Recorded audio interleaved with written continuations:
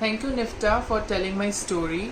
I really hope other students also come up with the stories and connect to the alumni base to seek help and guidance for career or otherwise.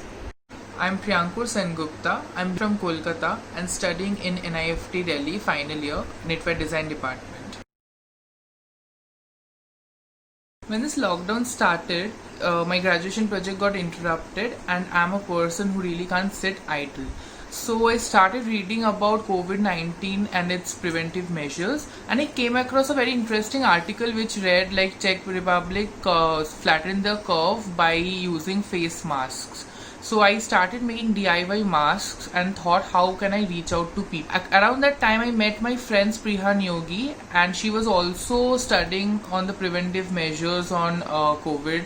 And we joined our hands and started this initiative of Helping Hands, in which we kind of mobilized the whole fashion fraternity and tried everyone, like starting from students to designers to brands, to make masks for us and to reach out to people. As of now, we have distributed 2.5 lakh masks all across India, and our distribution is majorly to people who really cannot afford social distancing and also to some forefront warriors. So people who are in very densely populated areas like slums, transgender trusts, old age homes, they cannot really maintain social distancing, and this is where our masks come in and helps them to prevent spread of COVID-19, corona, to some good extent. We started with students first, fashion students basically, because they come with the skills and the materials handy. I collaborated with a few brands, manufacturing units and designers, to amplify the production, because with time the demand started growing.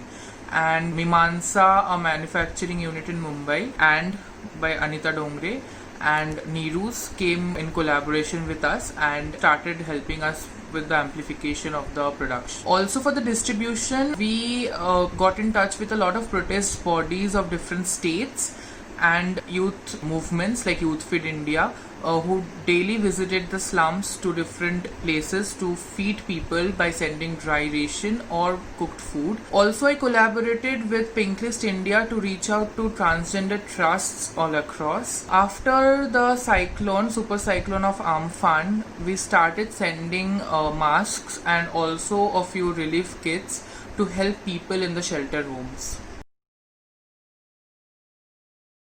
The fashion industry is very exciting, very fascinating and very dynamic in nature, but people are very busy, and right now people are overwhelmed by the situation, by the pandemic crisis, and trying to figure out how to do business. So reaching out to people, designers, were very difficult for me, but there were some very kind people who tried to help me out and supported me throughout the journey. I really hope I'll get such support from the industry throughout my journey. Also, contacting and reaching out to ministers and CMOs was very challenging for me, because this is my first time doing something like this, but altogether it was a very learning, like I learned a lot throughout this journey. I have extended a unit in Bengal in one of the affected areas called Boshirhat in North 24 Parganas, where women of minority section will stitch these masks for me, and an NGO called Kolkata Ekatma is helping me out in this process. I will be needing a lot of fabrics for this. A lot of fabric donations will be very much helpful to me, or any kind of help is like truly appreciated right now. And also I would really want people, more and more people, to join this Helping Hands initiative, to stitch more masks and to reach out to people who really need it at this moment. I have always been very intrigued by the cultural aspects of fashion and the interdisciplinary between fashion and the social sector. 5 years from now, I see myself working with some good fashion brands and conscious organizations who work for purposeful fashion and create an impact. I would also like to champion Indian traditional textiles and handicrafts globally and encourage artisans to stick to their crafts with pride.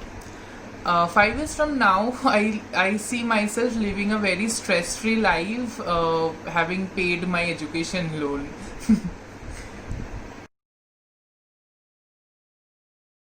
I never knew what I was heading to when I started this journey. I started because I wanted to. There were a lot of hurdles, a lot of back pulls, but each and every moment of this journey was very exciting and very dynamic in nature. I feel you should always listen to yourself and start whatever you want to do, and the little change you can do, the little difference you can make for people, maybe can fetch a life for someone else.